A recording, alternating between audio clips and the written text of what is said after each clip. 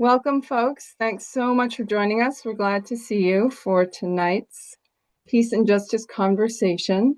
My name is Amy Antonucci, and I am with New Hampshire Peace Action. I'm a chair of the board of our education fund.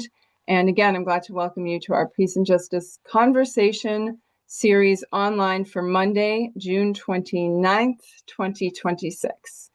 Tonight, we're really excited to welcome Carlos Cardona Lebron to discuss U.S. militarism in Puerto Rico. Let me say a few things before I turn it over to him. First, and especially if you're new to our series and our work, for over 40 years, New Hampshire Peace Action has been educating, mobilizing, and organizing to build a more peaceful and just future for all. We always like to start with an acknowledgement that the work we are doing is on the traditional ancestral homelands of the Abenaki, Wabanaki, and Pennacook peoples, past and present. A quick reminder that we love it when your video is on so that we can see you and feel a little more connected, but your audio will be muted to start with.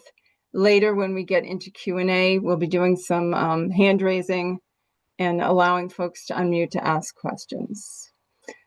So let me give a little more introduction to tonight's speaker. Carlos is a Puerto Rican community advocate. He has formerly been an elected official, a presidential campaign manager, and a commission member for the New Hampshire Native American Affairs Commission. Yeah. He is a public speaker, a psychology student. He has a passion for social justice, mental health, and community empowerment.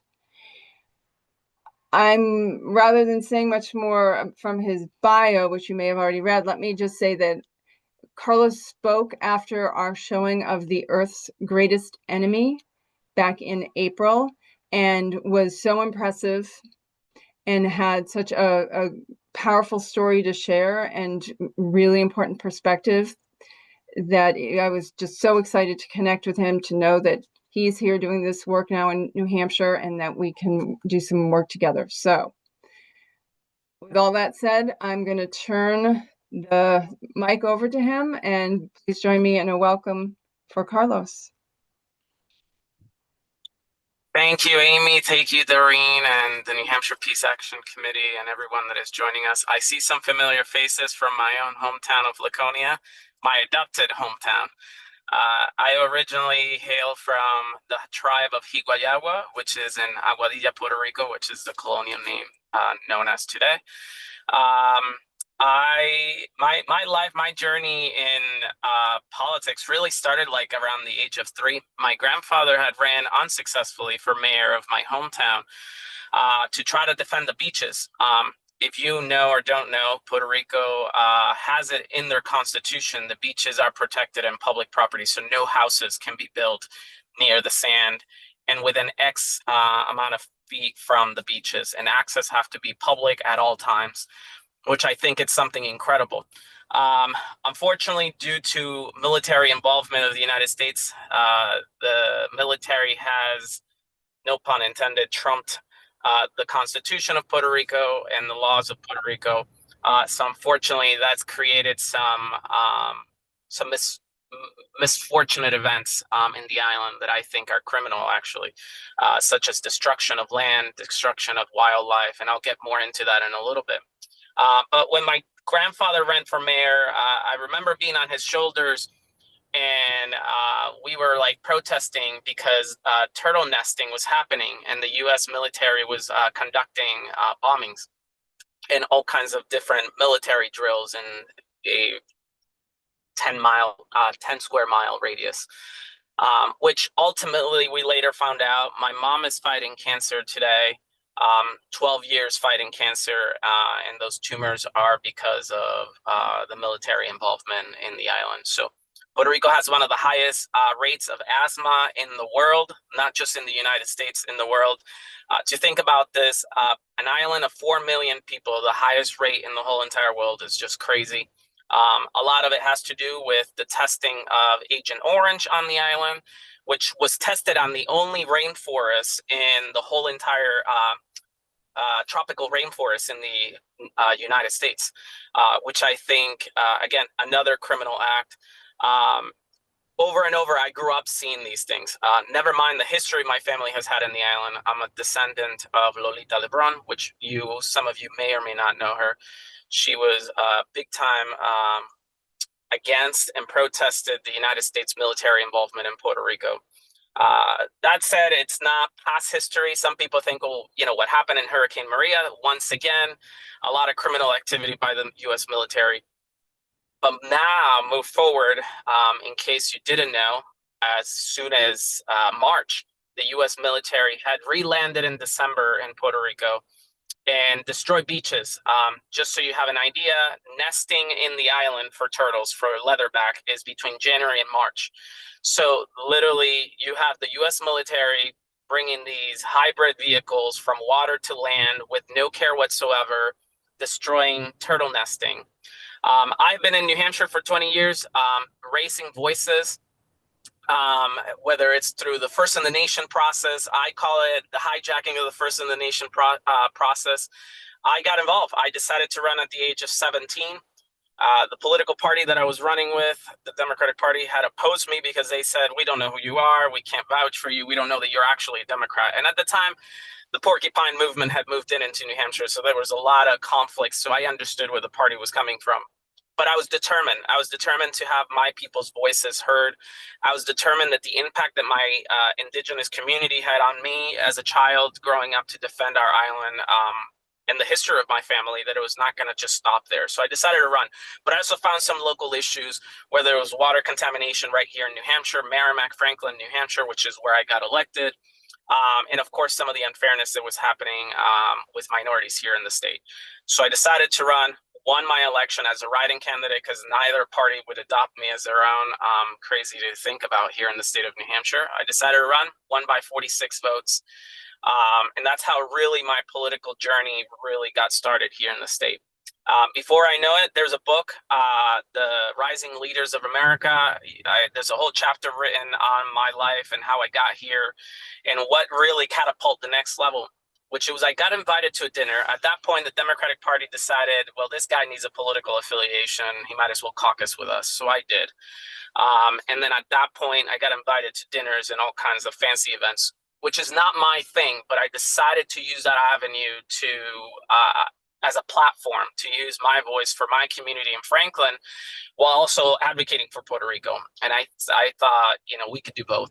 So at that point, I met Michelle Obama, which later on, I was, like everybody in New Hampshire, the candidates shop for us. They try to convince us. And when you go to political events, it's even more high tense. So at that point, I got invited to sit at the same table. I decided to sit with them just to learn more about Obama. At the time, I was debating between Dennis Kucinich and Barack Obama. Dennis, from a marriage equality standpoint, was beyond his time. And then there was other things like environment and anti-war that I've always stood for, that I just thought he was beyond just ahead of all of American politicians.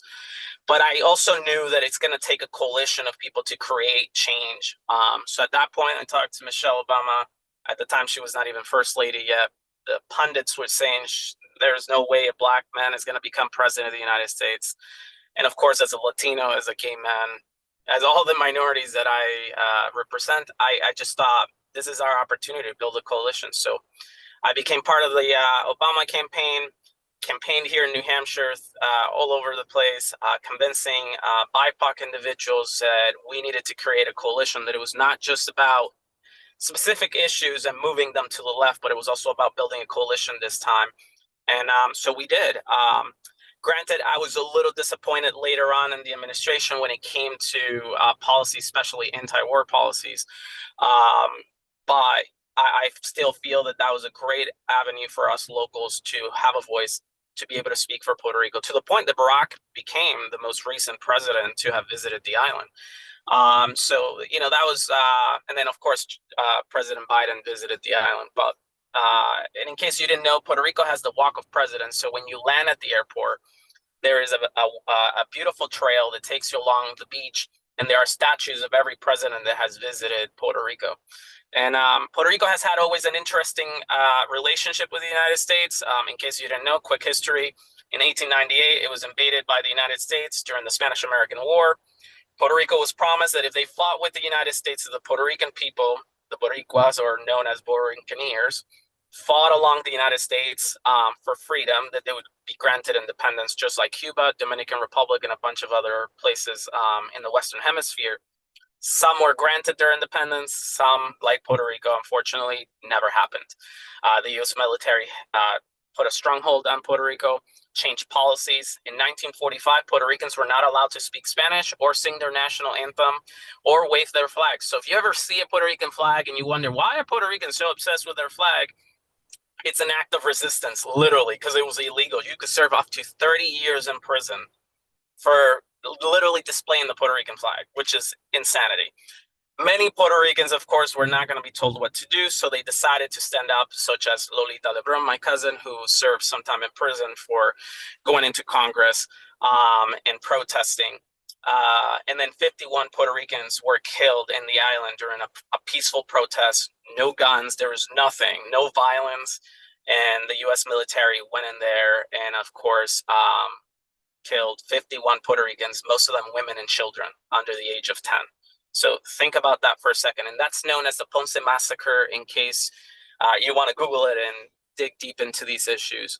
Bottom line, I'm telling you a history because a lot of people think, we're in New Hampshire, what can we do about any of this? And the reality is you have more power than probably any single American in the United States history. I am a prime example of that. There's an article that the Washington Post published with my whole life stories called The Startling Power of One New Hampshire Resident. And it highlights my life and all the things that I've done here, but more importantly, the power that New Hampshire residents have on United States politics. From the point that we were the first people to have signed the United States the Declaration of Independence. So there's so many firsts that have happened here in the United States. And of course, most people don't know, but the abolitionist movement started here in New Hampshire. So the reason I bring these things up is because it's oftentimes a small group like us that really create the most change. And I'm a prime example of that here in Laconia. It's a city that have been forgotten for many years in politics. It used to be a Democratic stronghold. Most people look at it now and they say, what? Laconia? Really? With Democratic views. Great congressmen came out of this city. Unfortunately, for political greediness and really bad strategizing, Laconia has been lost for many years. But there has been a lot of progress locally. I want to go back to the military involvement of Puerto Rico and, of course, what's happening here in New Hampshire. You know, the National Guard has been used in New Hampshire prisons, which is something that we should be alarmed by. And of course, the amount of pollution that is happening in our rivers and lakes by U.S. military involvement. I think it was about 20 years ago, there was some dumping that happened here on Lake Winnipesaukee. I remember just getting started in politics here and the uproar that there was with that. So these are things that we can interconnect. So if you see another Puerto Rican and you realize and they feel out of place, let them know that they have as much connection here in New Hampshire to Puerto Rico as vice versa. But going back to Puerto Rico, my cousin is the mayor now of my hometown. His name is Julio Roldan. He's my mom's first cousin. And I remember when he was running for office, he was like, Carlos, I see all the stuff you're doing in New Hampshire. Is there any way that you can talk to some of these guys about coming to our hometown and seeing what U.S. policy is doing? And I said, I don't say no. I don't say to an opportunity to make change, no matter whether it's small or big. I just don't. I think that whatever we can do, we should do it. Whatever little privilege we have, use it. We are not guaranteed tomorrow, so use it today. I often tell politicians such as Bernie Sanders, Cory Booker, that I've been able to advise, and I'm like, what are you saving political capital for? What are you doing that for? There's no guarantee tomorrow. Live your values. And actually, you're more likely to win the American public that way. Because people, you look at Mandani, what he's doing in New York City. Just do it. Just do it. Don't be afraid. You got elected. Do what you can with the time that you're given. And, the cards fall where they fall. So that said, I talked to them about Puerto Rico. And a couple of these presidential candidates decided, let's get on a plane and let's go. And I was like, let's do it. So we went on a tour of the island. Of course, they got to visit my hometown. Just to give you a picture, not that you need to picture Puerto Rico, but my hometown it's classified year after year having one of the top 10 beaches, pristine beaches, natural beaches in the world.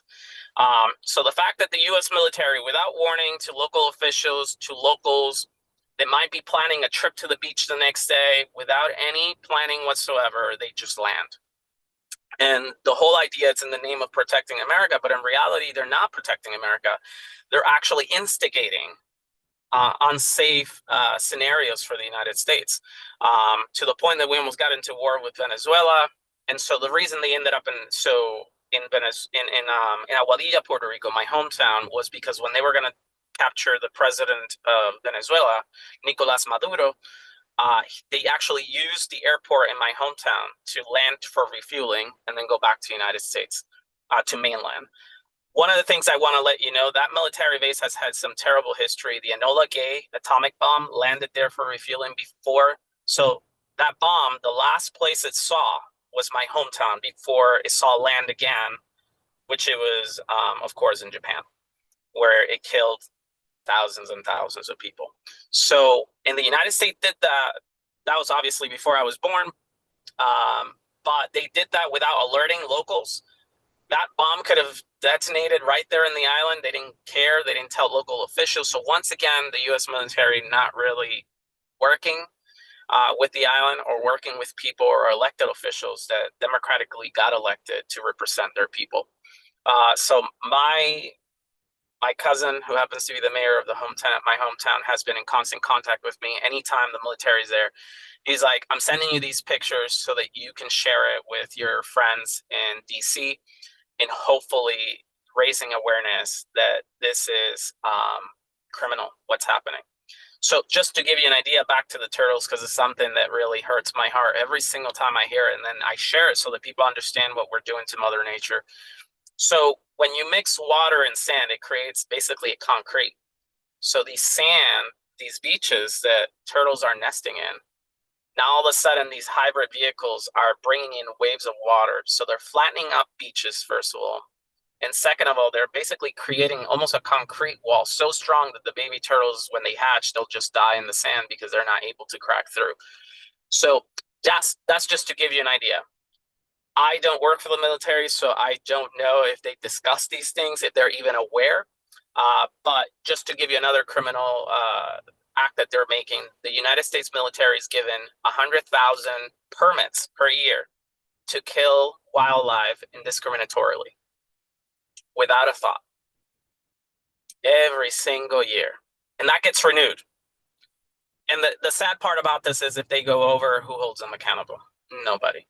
So that's really the reality that Puerto Rico keeps facing.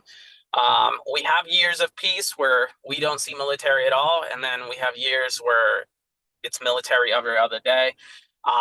So I just wanted to share this stuff with you guys, basically, so that you all know the reality that many Puerto Ricans are facing every single day, on top of poverty, on top of laws that are unfair. And of course, the military gets preferential treatment every single time. So, it's a sad, and this is how I grew up. Puerto Rico goes without electricity every other day. My dad went like over the month of Christmas, December, he went at least, I think he said 3 consecutive weeks without electricity or water, running water. Yet we can afford millions and millions of dollars to the military to conduct these exercises that killed wildlife, that destroy local habitats. And sadly, another quick story. So monkeys didn't exist in the island of Puerto Rico at all until the 1970s, where there was a military ship that was bringing monkeys over to not over the island. They were passing the island for testing. They were going to do testing in Florida or something along those lines, research with these monkeys in the military. Well, this ship had an accident north of Puerto Rico. All these monkeys ended up in the island. So now they introduce animals that are not natural to the island. They had changed the landscape of the island forever. So it's over and over again, and nobody's holding them accountable. That said, I'm cautiously optimistic. The United States Senate has gone from having zero allies for Puerto Rico and for nature and anti-war policies to now having several, like Senator Markey, Senator Bernie Sanders, and then of course you have Senator Warren, and there's quite a few others that have stood up. And sorry about my car making noises. So you have several senators that have stood up and continue to think about Puerto Rico daily that I also happen to have contact with, that I'm able to, when things are getting really crazy and out of control, I'm able to use whatever little political favors I have left and like to influence their decisions. And then, of course, I decided to run. So about a couple of years ago, I ran for Senate. Actually, some people were shocked at the numbers. The Republican candidate got 18,000 votes. I got 15,000 votes in the district, which again, ultimately I wanted to win because I think our district deserved better. But I did it because I knew that every little bit gets us closer to that goal of having candidates to represent us that really represents our district. The other thing is, so a couple of years back, I was kind of disappointed with our party. I thought that the Democratic Party could do better. They could be more anti-war. Of course, I was sick and tired of seeing what was happening with Palestine. I've always feel that there's a strong connection between Palestine and Puerto Rico, and especially indigenous people. Palestinians being the indigenous people of the land there. And so I had a friend who had a brother who died during the conflict and the war that is continuing to happen in Palestine. And he said, I need you to do me a favor. Whatever voice you have in your state, people are hearing, they're listening to you. Can you continue to speak about Palestine? So every day since that day, every minute of my existence, I've used it to speak up for the children of Palestine. I am a father of two, and I could not imagine my kids facing what Palestinian kids are facing there every day.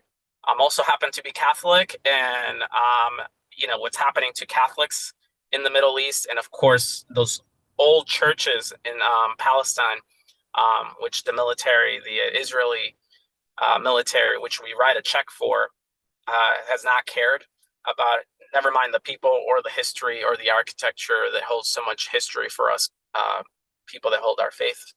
And then, so I decided, I was like, this is my best chance at really speaking for Palestinians if I can. So there was a lady that you may or may not know, Marianne Williamson, decided to run for president. Everybody that knew me thought I was crazy. They're like, why are you going to work for a candidate that barely breaks 3% in the polling? And I said, for me, it's never been about winning. It's never been about losing. It's about doing the right thing when history presents itself. And I knew that we were in such a historic moment in this country that I did not want to be in the silence, number one. And two, I did not want it to be silent during a time where people are being killed. So I decided to run Marianne Williamson's campaign. Well, I first started as a state director. She was losing staff left and right. I had actually left the campaign. A month went by. She reached out and she said, can we give it one more try? I think we can do this. And I said, at the very least, we're going to drive the message home that we're not going to sit on the sideline. No matter how influential we are in politics or how little influence we have, we're not going to. We're going to unite together and we're going to fight for anti-war policies, for peace, essentially. So we got together, we strategized, and we ran a campaign that was dying, that every political consultant had said it was going to die by August. I took it over in June. The campaign ran the whole entire presidential cycle.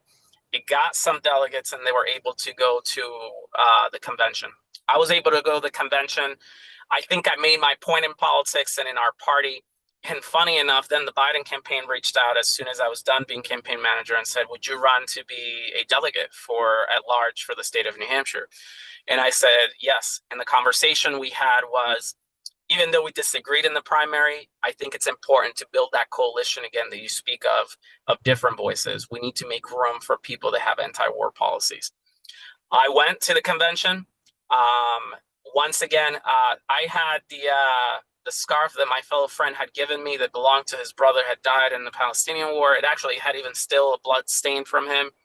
And I decided to wear it the whole entire time I was at the convention. And some people thought it was theatrics. I saw it as a sign of peace. I saw it as the message is going to get through, because I know they're not going to give me a microphone to speak, but this is going to be a symbol of this is the direction that our party needed to go. So once again, I was the only delegate in the whole entire state of New Hampshire that would actually even dare to do anything. And again, some of them are my friends. I'm not criticizing them. I think it's a very delicate and for some people really hard decision to make. But for me, where I've had relatives serve federal time for protesting, where I've had relatives die, I just thought this was a bare minimum that I could do. So I didn't see the risk. I didn't see the danger. I just saw innocent children dying in Palestine, that I just couldn't continue to just watch idly. So as people were celebrating in the convention, a very historic moment, and rightfully so, you know, the first woman presidential candidate to get the nomination. And at that, a Black woman, a very strong woman, I just thought we still have to highlight these people that we have left behind. And to me, that was the Palestinian people. I could have had an opportunity to raise the Puerto Rican flag, but at that time I couldn't, knowing that there were innocent kids just dying in Palestine while we were celebrating. So that was the moment. I did get shunned a couple of times by our political leaders, but once again, it didn't faze me. I knew who elected me to the party. I knew the people that had elected me to begin with to politics that got me to where I was. And I was not really going to start apologizing for it. And I know the people of Laconia that really have vouched for me in the past.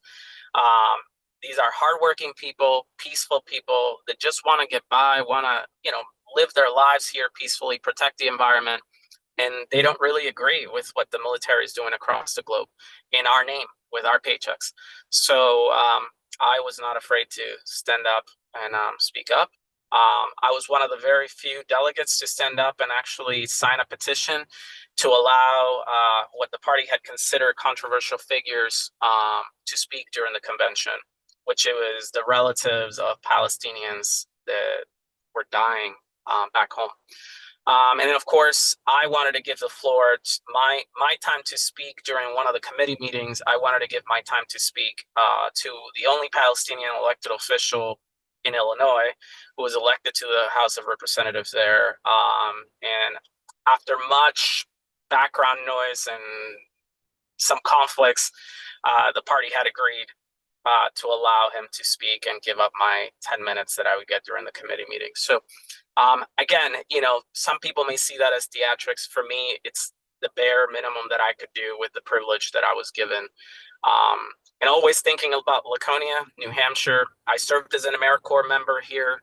And that's really what our military should be doing. It's very like peace. It should be like Peace Corps, and it should be like AmeriCorps. It should building communities, not starving them, not killing them, not testing poison to see how fast we can kill humans or how slowly we can kill them. That's really been the history of our. And I say this with regret, because I feel bad that our families are serving in a military that has had so much bad history. But I'm sick and tired of sitting in the silence and people not knowing the history of what they've done. So oftentimes when people see me and they hear that I'm from Puerto Rico, they're like, oh, we love your food. We love your beaches. I went there in 1999 or in 2010 or whatever. And I'm like, do you know our history, though? Do you know what our military has done? Do you know what our government has done there? And that's when the conversation switches and they're like, wow, I did not know those things. You imagine somebody invades New Hampshire tomorrow, God forbid, and says, you cannot speak English. You cannot wave your New Hampshire flag. No, I don't think there's too much pride in the New Hampshire flag, but that's a whole different conversation. But you imagine people start telling you, you know, what kind of fence you could build in your house or what kind of color you can paint your house. And that's really what was, and you can serve 30 years in prison for that. That said, the people, the political prisoners for the United States from Puerto Rico didn't just serve prison. They got torture while they were there. I want you to Google Pedro Albizu's Campos. He was tortured by the FBI while he was incarcerated. And actually, they tested radiation on him. He was one of the first people that got tested radiation, and he died from those injuries. He was a big leader in Puerto Rico. He would have been governor of Puerto Rico if allowed.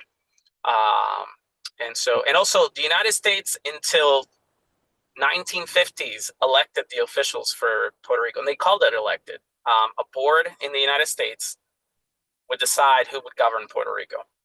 So it wasn't until very recently that they were allowed to pick their own elected officials. And furthermore, still to this day, there's a junta in Puerto Rico that decides how Puerto Rico spends their money. So that you imagine you pay taxpayer money here, which we do, and a board from DC gets to decide how you spend your money in your community. And that's what happens there. And that's why Puerto Rico's infrastructure is dying.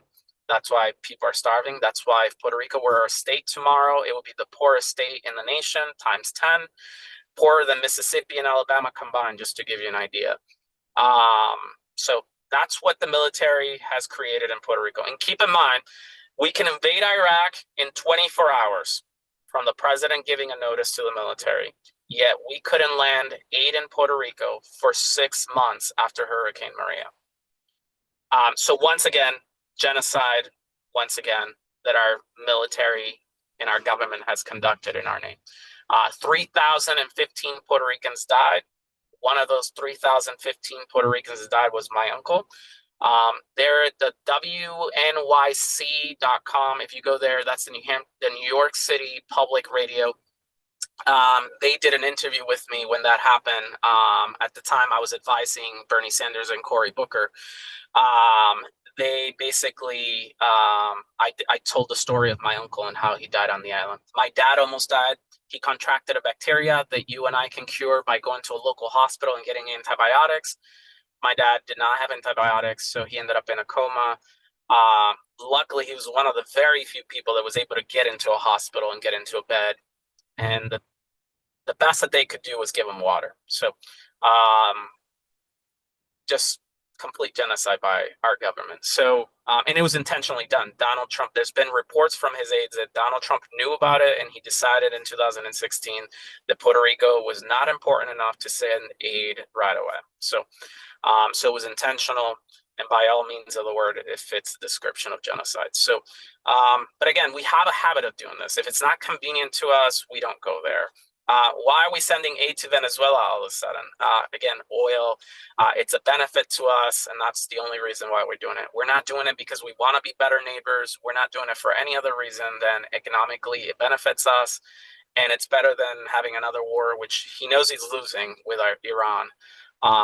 So again, and if you speak to people from Iran, which I've gotten to speak to a few, they'll tell you the same thing. It's been catastrophic what he's doing to the people of Iran and to the people of the Middle East. He does not care who dies on the way as long as he gets his way. But the reality is, I don't want to be partisan. This happens on both sides. Unfortunately, Obama was the first president to really start using drones to kill people. And then, of course, had Biden that did the same thing.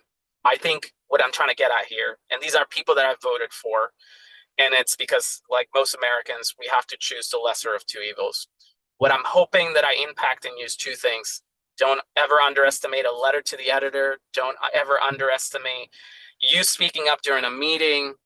You just don't know who's listening. It could be that little Carlos that was in the room that just happened to hear your voice and said, you know what, I agree with you, and I want to be like you when I become 18, and I want to run for office, and I want to do something about that. So now you're planting the seeds. You're creating that next generation that perhaps we don't have the numbers to make the big change that we want, but we're creating that ripple that creates that change that we want. And I do have faith. I mean, every time I speak at a university event or a political event, doesn't matter where in the country, younger and younger generations are fed up with what we all have been fed up for quite some time. And maybe some of you guys a lot longer than I have. And lastly, I do want to give credit to one U.S. president that has had the best impact on the island, and that was Jimmy Carter. And that should be no surprise to anybody on this call. Jimmy Carter pardoned my great aunt, Lolita Lebron. And he's the reason why she was able to leave federal prison. He realized that what she did was not criminal, but it was just simply protesting. And while I don't condone the type of protesting she did, he understood the Puerto Rican people were desperate. Just like Palestinians are desperate, just like many people throughout the world are in desperate situations.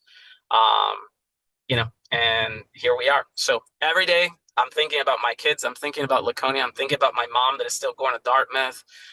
They found 6 tumors right behind her ear, almost touching her brain. Luckily, we have some of the best hospitals in the world, but this is not a luxury or a privilege that many people have. And I realized that. So that's why I used her story and our story as a family to advocate for the world. We can't sit idly. So if your life is going great, awesome. I'm happy for you. But just know there are a lot of people out there, which I'm sure this is why you're on this group, that are not. So, and you have an incredible voice in the state of New Hampshire, and we're about to head into that season. So go to those political events, those meetings, and be a good rebel. Raise your voice, speak up. These candidates are listening, and they're persuaded so easily. You have no idea how many of these candidates, just a few people in a meeting on a rainy day, were influenced by of course, by the voices here in New Hampshire. So my thoughts are, I'm happy to answer any of your questions, but I wanted to share you a quick story. And I was very happy that I met Marianne Williamson. I was so happy. There were so many stories out there. Someday I want to write a book about my experience. And I'm very grateful to that woman. She's a strong woman that really is just set on her views about what kind of better America we can be. And I think it's unfortunate. I think we could have really had a better country today. I didn't always agree with everything with her, but I think that's what was incredible about the both of us. We were able to be honest with each other, and we were able to have real conversations. And I know that's the America that all of you are experiencing in your homes with your families. You have real conversations. You talk about your neighbors and how you can help them. That's the true America I've experienced. And if you didn't know, I came here to the state of New Hampshire as a homeless teen. I left home because I came out as a gay individual, very young age, at 15 years of age, and I was kicked out of my home. And so I just couch surfed, graduated from Laconia Adult Education, a night school, worked at the Franklin McDonald's, and then I decided, I'm going to take my own future into my own hands, and I'm just not going to settle for anything less than what I envision it should be. And today I have a beautiful 2 kids. I'm currently a behavioral specialist slash a bilingual interpreter, and and I feel like there's a lot more that we can do. I wanted to take a political break for a year. I kind of disappeared out of politics. I was really disappointed how the last election went. But once again, I saw my people under attack and the people of New Hampshire, and I was like, I can't do it. I do serve as a member of the Rules Committee, so if you ever have any ideas for how we can be a better Democratic Party, submit your rule changes, and I'm happy to support them. The past 2 years, we have done some incredible reforms. And if you think we cannot change our party, if you think we cannot change politics in New Hampshire, you're wrong. Like, we have a majority for the first time in the Rules Committee. So we have been able to vote for real change, to the point that the party chair has been a little bit scared about how much change we can create. So, and I'm very proud of that, and I'm not afraid of it. I think, and I always say this jokingly, but I mean it, I didn't get into politics to make friends. I got into politics because I saw my life and how poor I grew up and how nature was being destroyed. By the way, our tribal symbol is a turtle. So, of course, the destruction of turtles alone just devastate me. So I just knew that whatever little change I could do. And for some reason, I saw my grandfather as a superhero. I wish he was alive today so that he can see how much I've done in politics. But I saw him as a superhero, and all I wanted to do is just to match at least 1% of all the impact he had on the island. Our village had no shoes, no access to shoes, something very basic that most of us have probably at least one pair. I know I have a couple. So he provided free shoes to our village through a government program. And it was to stop infections because people were getting cuts in their foot and their feet in the farms. So through a U.S. grant that he had applied for, he was able to provide free shoes for our village. And that was a total of 372 people. So that's a lot of shoes. And it had a positive impact. People went less to the hospitals, little things that we take for granted. So yeah. I grew up watching that. So hopefully this is my story. Whatever I can answer, let me know. Yes, thank you. We have some questions already. Thank you so much, Carlos. Amazing to hear from you. I want to jump in with some about, yes, you're getting lots of thanks from folks, about the environmental and other movements in Puerto Rico, particularly the island of Vieques. Could you start with that? My understanding had been after a very long, campaign, then the U.S. military did leave the island, but they are back now. Could you give us an update on what's going on? And maybe a little, I don't know how much people know, so maybe a tiny bit Yeah. of history. Yeah, no problem. So, Vieques go way before I was born. I was born in '89, in case anybody's wondering. So Vieques was had a military base, a Navy base that conducted on one of the most pristine beaches in the world called Flamenco. Um, Conducted military drills, bombing, that kind of thing, including some smaller atomic bombs too, by the way. So basically, there's a gentleman who has ran for governor many times in Puerto Rico called Ruben Berrios. And he, along with Lourdes, who was elected to office in Puerto Rico, to the Senate in Puerto Rico, uh, run the independence movement in Puerto Rico. And so they started with protests. They started gathering neighbors, friends. Puerto Rico's not just an island, in case anybody's wondering. It's quite a few islands together. It's an archipelago. So Vieques is an island of Puerto Rico to the east. And so basically, after so much protesting, the United States military promised to leave the island. They did with a small presence. The United States does this. They don't actually leave. I was actually surprised that they actually left Afghanistan, but they always leave some sort of home base. So there are two military bases in Puerto Rico currently. There's the Academy, Buchanan Academy, and there's the Air Force Ramey base, which is in my hometown, which acts as an airport, but also a military base. And so occasionally when war is brewing, they expand their horizons and reactivate other stations that they have throughout the island. Puerto Rico is the first line of defense for the United States. Is close to Africa, it's close to South America. It's a strategical point, which is why the United States never left Puerto Rico and did leave Cuba, Dominican Republic, and Haiti, and other islands. But it kept Puerto Rico. Virgin Islands, it kept. There's no real like huge presence, but there is a small military presence in Virgin Islands. But they don't have the same impact that, of course, Puerto Rico. In Puerto Rico, they do things without even care for anything. So if you go to Vieques, you'll see tons of tanks left over from that era on the beaches, and people take pictures with them, and you'll see them online. So you can Google them. So that's a quick history. So Vieques, as it stands right now, there's no real activity happening. Most of the activities are happening in the Buchanan military base, and then, of course, the Ramey base in Aguadilla, Puerto Rico, which is where most of the Air Force lands, goes in and out. It's a quick, able to refuel type of thing. And of course, in the south in Ponce, they have had some Navy activity. So Puerto Rico, and I don't have proof for this, but there's been scientists trying to figure out if the United States has been testing specific weapons and technology in Ponce, because there's been small earthquakes detected off the coast that they actually think they're too shallow to be an actual earthquake. So they think it's actually technology and military bombing that is happening. So of course, with that comes killing coral reefs, sea life, etc. You name it. Yeah. Okay, thank you for that update. I'm going to have Professor Evans ask a question now.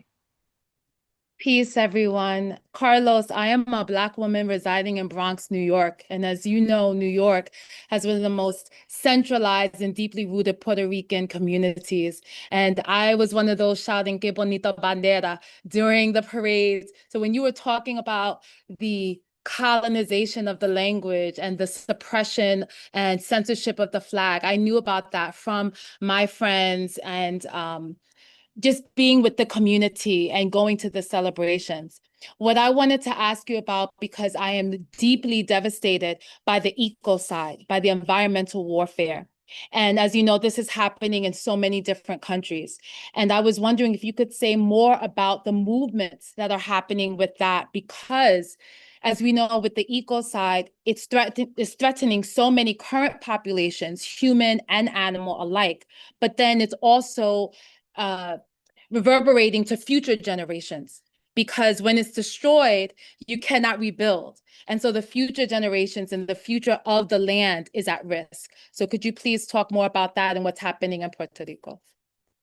Yeah, of course. And I just want to let you know, while New York has been fundamental to what's happening in Puerto Rico, like for good, the good things that are happening for Puerto Rico, most of them have come from New York. Hence the reason why Bad Bunny has been writing songs about New York City and the impact that New York City has had in Puerto Rican culture. And in case you didn't know, salsa was born in New York City.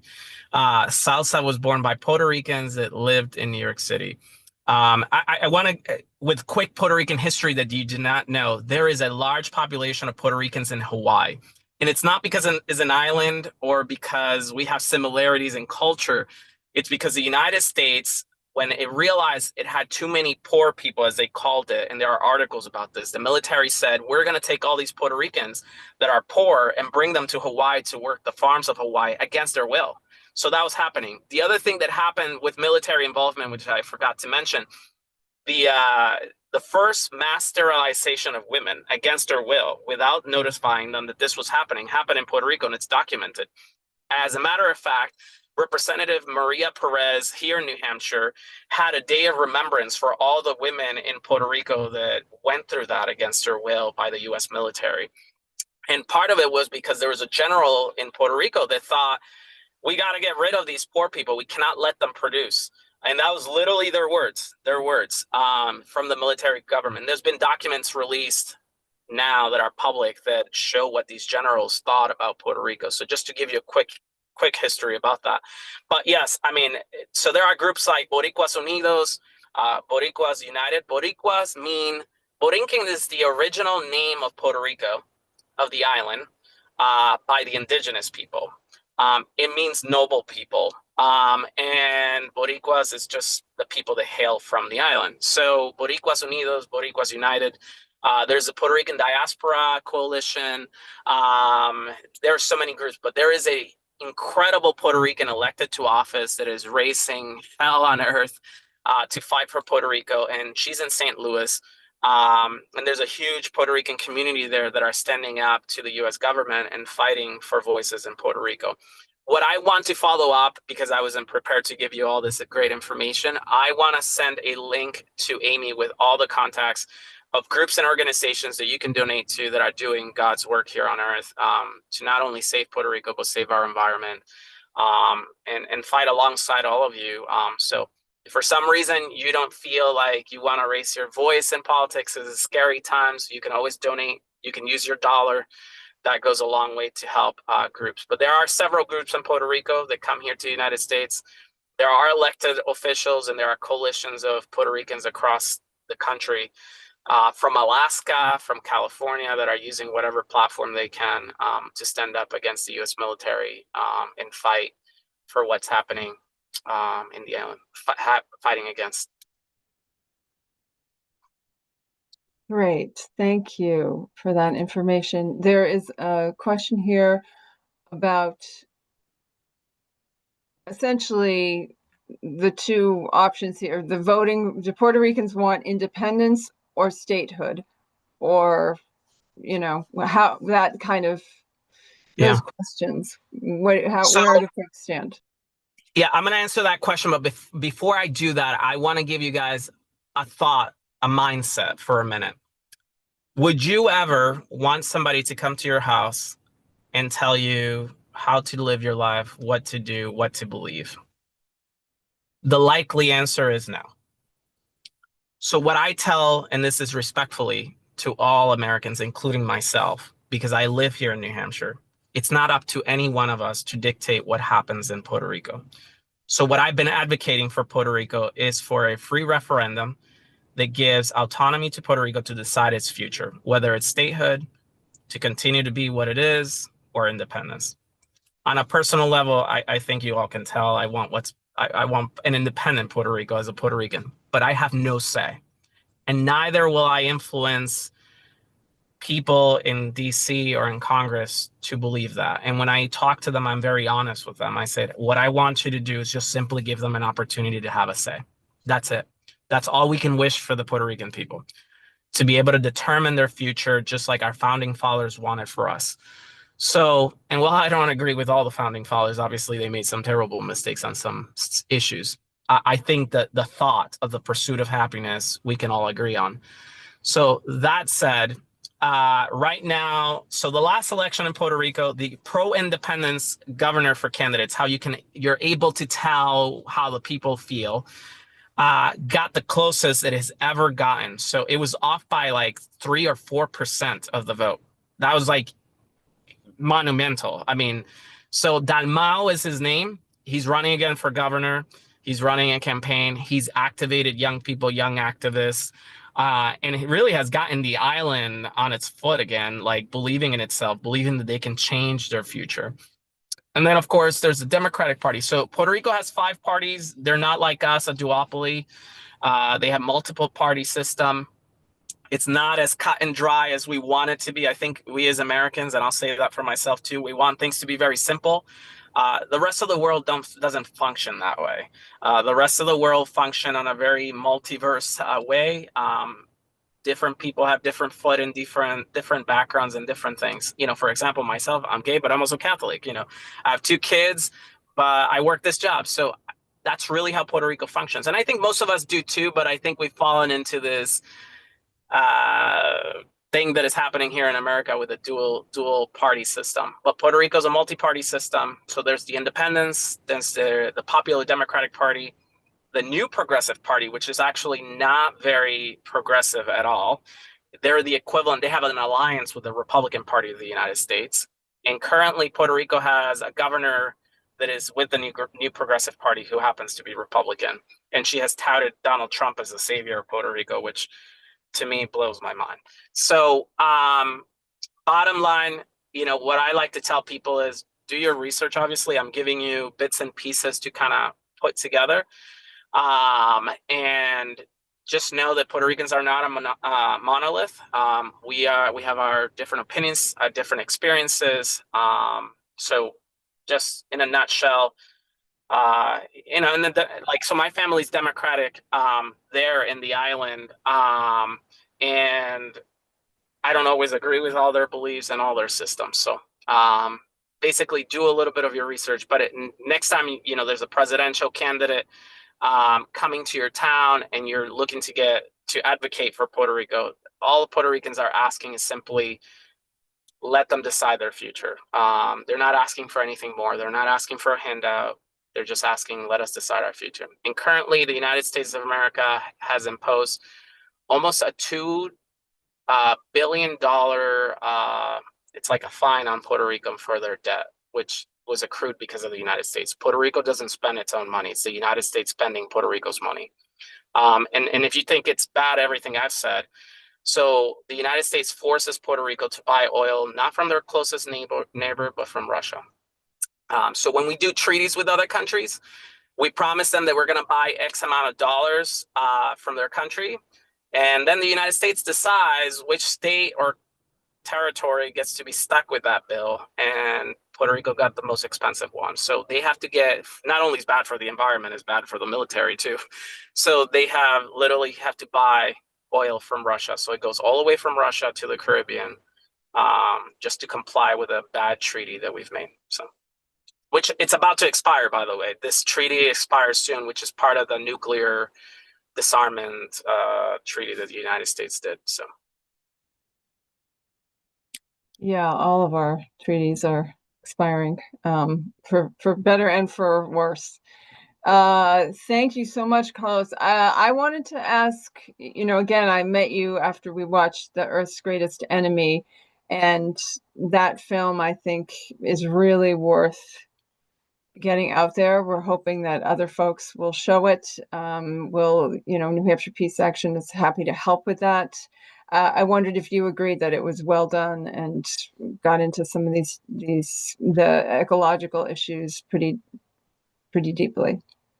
Yeah, no, I was very moved by the movie. I sat in the way back with a couple of people and watched it, and I was very moved. And also in a very crazy way, it also gave me a feeling of solidarity. It made me feel that I'm not alone in this world, and it empowered me to continue to speak up, which why I accepted the invitation to speak with all of you. I said, okay, I can't keep sitting in the silent. We need to continue to share this story. Not enough people know about it. So I highly encourage for people to watch the movie. Great, thank you. Yeah, that's what we think too. Well, we are about to wrap up here. I have some announcements and things to end with, but Carlos, did you want to take another minute to say something as a sort of ending bit here before I move to that? No, I just want to say thank you so much for inviting me and being amongst all of you. I think you're all I see you in the community, and I think you're all doing incredible work that I'm just very honored to be alongside all of you fighting the same battles. So thank you. Thank you. Okay, folks, a few things. First, the series is free. We'll stay that way. That said, New Hampshire Peace Action always welcomes your donations. And I think I got that into the chat. It is nhpeaceaction.org/donate. But even more important, we just want you to keep up with our work. And nhpeaceaction.org is the place to do that. We have had some website issues lately, but keep trying. That will be fixed soon. Here is a little snapshot of some things that are coming up as we turn the corner into July. Now, we have a number of vigils for just peace in Palestine. The ones this week are happening in the heat, so I don't know, some of these might be canceled. But at the moment, we're planning Wednesday, July 1st, 2 to 3, to be out at Representative Pappas's office, 3rd Street in Dover. Thursday, July 2nd, noon to 1, folks are likely to be at City Plaza in Concord, New Hampshire. Again, the heat might throw some of this off. And then next week, Wednesday, July 8th, 2 to 3, we will be outside Senator Shaheen's office in Dover. Other programs coming up, renowned Palestinian activist Iyad Bernat is coming to New Hampshire to share the latest from the occupied West Bank, including community responses to escalating settler violence and expanding illegal settlements. He will be on Monday, July 6th, 7:30 p.m. at the World Fellowship Center in Albany, New Hampshire. And on Tuesday, July 7th, 7 p.m., he will be coming to the Durham Community Church. Our next Peace and Justice conversation via Zoom is on Monday, July 13th, 7 p.m., and we will be hearing from a community peacemaker team leader in Iraqi Kurdistan. Sunday, July 19th, we want you to save this date, 5:30 p.m. in Concord, New Hampshire. Storyteller Andy Davis will be telling Reaching for the Moon, stories about bending the arc of the moral universe. This is a set of social justice stories about maintaining hope and standing up for what's right in difficult times. It's also a fundraiser for New Hampshire Peace Action. And on July 22nd, 6:30 p.m., 3S Art Space in Portsmouth, the film Palestine 36 will be shown.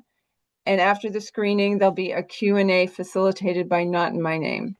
So those are a few things coming up. And we, again, nice visible thank you here to Carlos for joining us and sharing his story and his thoughts. And thank you all for being a part of this, and good night.